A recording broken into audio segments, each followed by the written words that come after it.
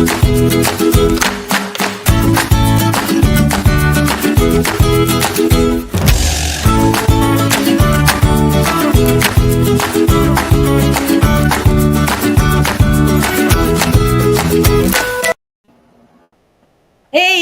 good morning, and welcome to another segment of Ask Janae, where we discuss everything taxes.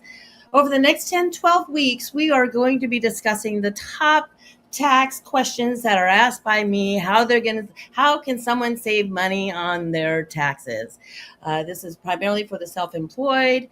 So today, make sure you go ahead and check our Facebook or Altera tax relief or our YouTube channels, and make sure that you get a schedule of our upcoming shows, because some of those you might find very valuable. Also, the third Thursday at noon, we have an entrepreneurship series where I interview different entrepreneurs in different industries. So if there's an industry that you possibly are interested in starting your own business, we're going to have some successful entrepreneurs join us and discuss the ins and outs and tips and tricks to becoming an entrepreneur in that industry. So make sure you check back in for upcoming shows. But today's topic, we are going to discuss home office deductions. So let me go ahead and get that up on the screen.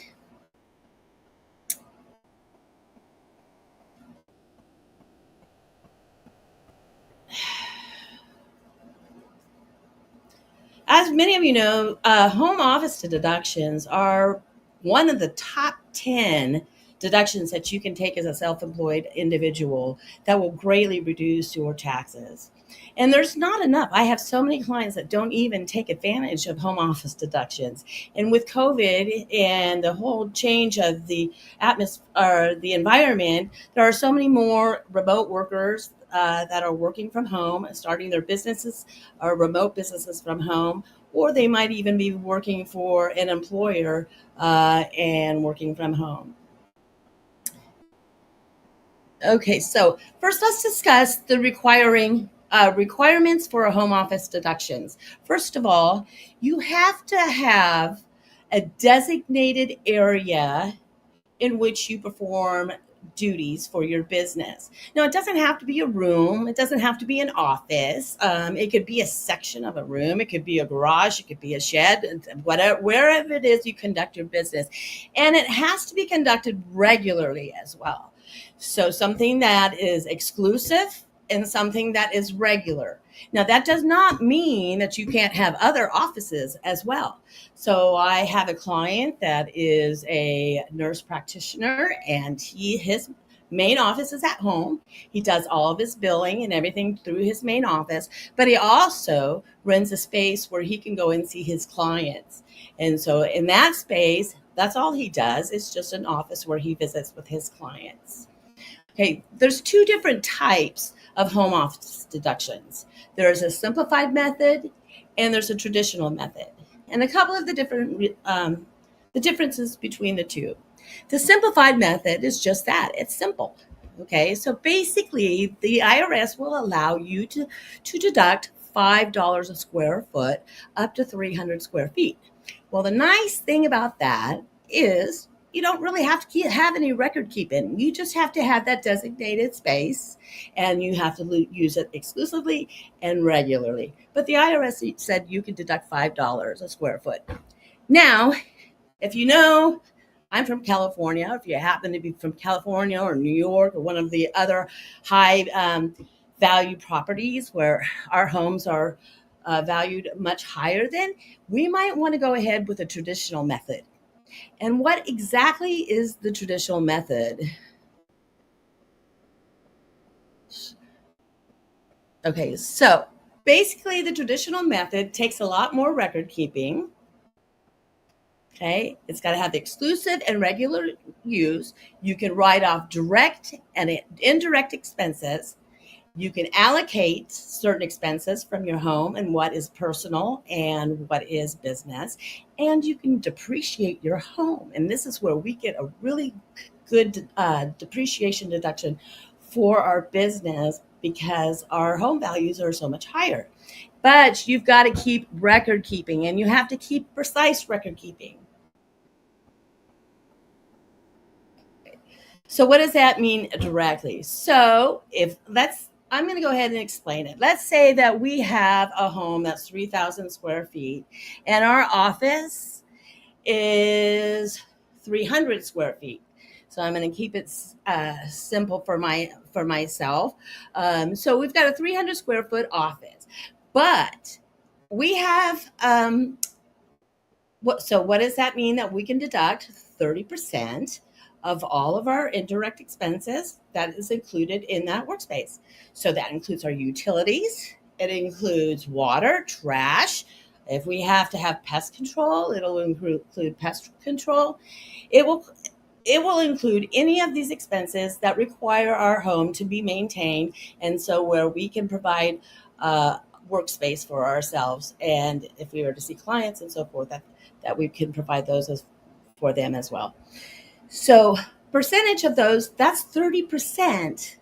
Now we also get to deduct our mortgage interest and taxes up to that 30%. So if you've got mortgage insurance, usually typically goes on your Schedule A, and you get to deduct that as a personal expense. But that will still remain on there. But 30% of that expense will actually be a deduction on your Schedule C or whatever form you are using for your home office deductions. So you get to deduct your mortgage interest and your property taxes. Okay, so as you can see, it requires a lot more record keeping. You're going to have to keep track of uh,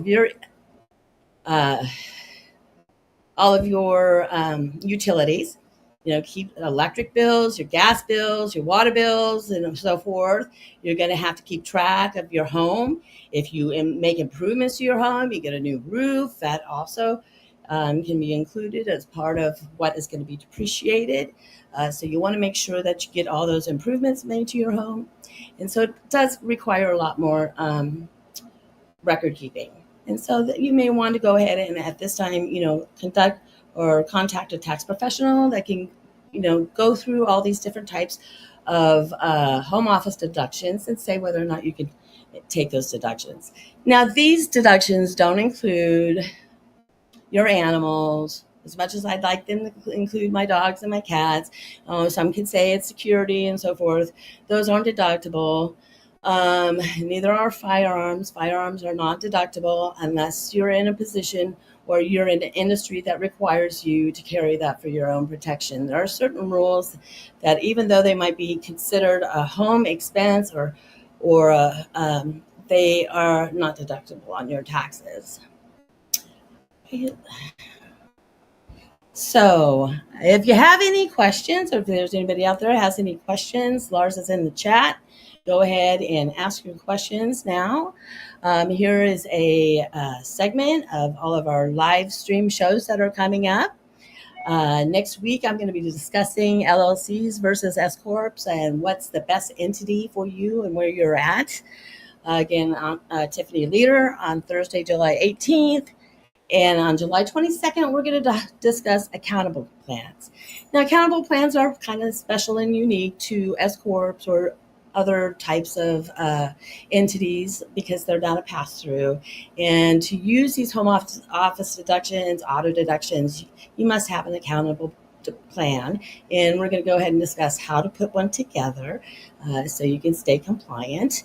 And then July 29th, we're going to discuss auto expense deductions again, and we're going to discuss EVs because I have a client that wants to buy a Tesla and wants to know if it's going to be deductible and how much he gets.